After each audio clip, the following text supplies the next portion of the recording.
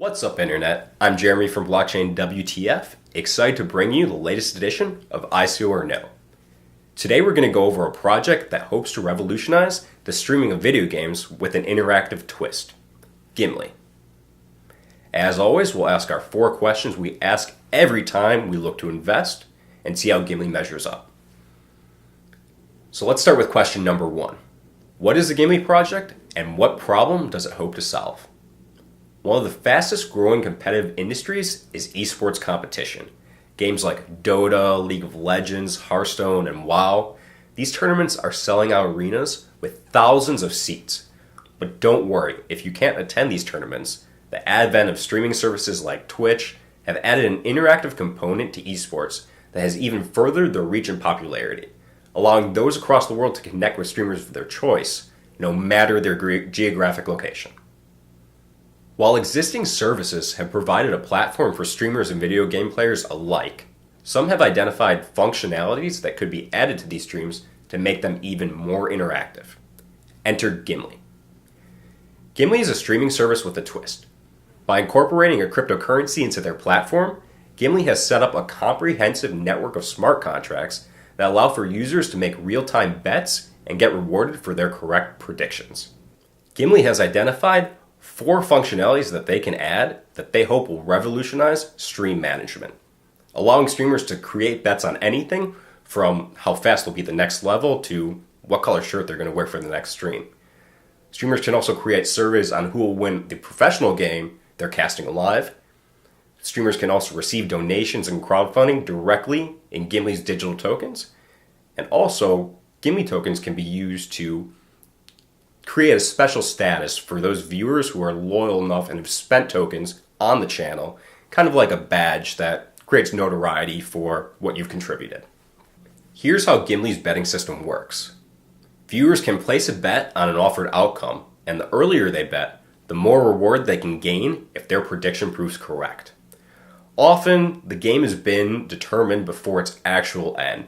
You know who's going to pull it out, and it really doesn't make sense for people to be rewarded if they hop on and bet at the end of the competition. It's not fair to reward them the same as those who bet earlier in the competition when the decision was still up in the air. It's important to note that users do not bet against the house as they do at traditional sportsbooks. Instead, Gimli will create a market with users betting against each other. As a result, users are rewarded more if they bet on the side that is less bet, known as the underdog, since they will have less people to split the prize pool with. Since Gimli is just creating markets and not acting as a traditional sports book, it actually limits their risk. They're not going to be exposed and have to pay out huge sums of money. Instead, they can just take their cut. Gimli's platform relies heavily on their streamers to be honest, reliable reporters of information. This is really important because it's the results that the streamers report that trigger the smart contracts to pay out the tokens to the appropriate party. There is some room for impropriety, as a streamer could simply report the wrong solution for their own monetary gain, but hopefully the incentives laid out by Gimli will keep this from becoming a problem. Now that we've learned a little bit about the Gimli project, we can ask our second question: what are the market conditions facing Gimli? 470 million viewers watch online gaming content on a regular basis. This number is expected to surpass 500 million viewers later this year, accounting for 56% of all gamers across North and Latin America, Europe, and Asia. Watching video games seems kind of counterintuitive. I know I definitely had this thought when I first heard about streamers. After all, aren't people supposed to play video games instead of watch them? But one thing that I have noticed is that there are several communities built around these games. Fans have the opportunity to connect, share their ideas, and even play together. A lot of these communities revolve around a particular stream or streamer.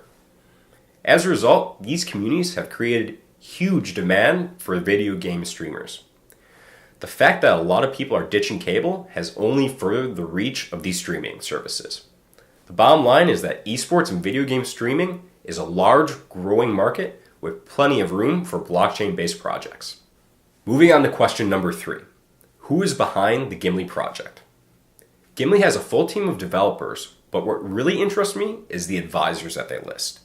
They have a lot of well-known names in esports backing them up, which is basically free marketing and shows me that there will be excitement for this project. One thing that struck me when reading Gimli's white paper is how simple the smart contracts that outline their protocols are. It seems like a very achievable project for the development team that they have. Now that we know about the Gimli project, we can move on to our fourth and final question. What is the design of the ICO? The token will allow those to use the functionality of the platform, and all funds raised from the crowd sale will be used to support a world-class team of insiders, experts, and investors, along with development of the Gimli application, any new functionalities, or any new additions that might come out. Additional funds will be used to sponsor tournaments, professional gaming teams, and/or streamers to spread the adoption of Gimli. Unfortunately, when it comes to wagering on the internet, each jurisdiction really behaves differently on how they look at it. Places like England, you can walk down to the nearest William Hill and bet. Places like the United States, you can't at all. So funds will also be spent to assess legal and compliance aspects to make sure that Gimli is viable in the long term and following the law. The token sale will start on September 16th, and the sale will end either when all the Gimli tokens have been sold or the token sale period is over in a month. As for which currencies can be used to participate in the crowd sale, buyers during the initial sale will acquire Gimli in exchange for Ether, and the sale will be administered by an Ethereum smart contract. Now the ICO already has a fixed exchange rate, and the price for one Gimli will be fixed at 1/700th of an Ether. So 700 Gimli equals 1 Ether. And of course, the monetary value might change as Ether fluctuates, but you can get a pretty good idea of what the Gimli tokens will be introduced at what price. The number of Gimli sold during the crowd sale will be capped at 80 million for the general public. An additional 10 million will be available to esports professionals. Gimli is a finite token. It can't be mined. There'll be a total of 150 million Gimli tokens in circulation. And that's important because since none can be created, Gimli will most likely have to buy their own tokens off the open market, which will create scarcity and provide long-term value. So there you have it. That's our review on the Gimli project. Seems pretty interesting and innovative. It's definitely going to be exciting to see where it goes. If you have any comments or questions about the project, please leave those down low in the comments and we'll be sure to get back to you. Also, if you enjoyed this video, smash that like button. And in order to be notified of any other future ICOs or no's, be sure to subscribe. This has been Jeremy with Blockchain WTF. We'll see you next time.